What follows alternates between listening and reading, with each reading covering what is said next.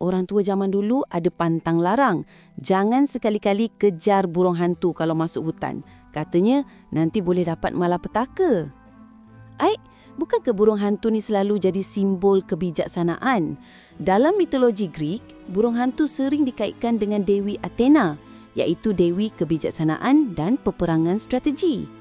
Tapi dalam budaya Nusantara, burung hantu lebih sinonim dengan perkara mistik.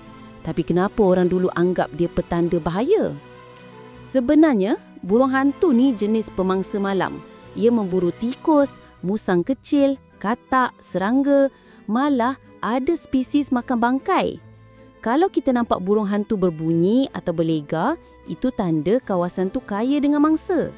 Dan di mana ada mangsa, pasti ada pemangsa lain. Ular, musang, malah harimau kumbang. Burung hantu juga boleh tertarik pada bau bangkai. Bau busuk tu keluarkan gas macam metana, amonia yang dalam masa sama tarik perhatian binatang buas lain. Jadi, mengikuti burung hantu bermakna kita sedang menuju ke arah bangkai atau ke kawasan laluan pemangsa. Dari segi keselamatan pula, mengejar burung hantu dalam hutan memerlukan kita kena mendongak untuk mengikuti bunyi.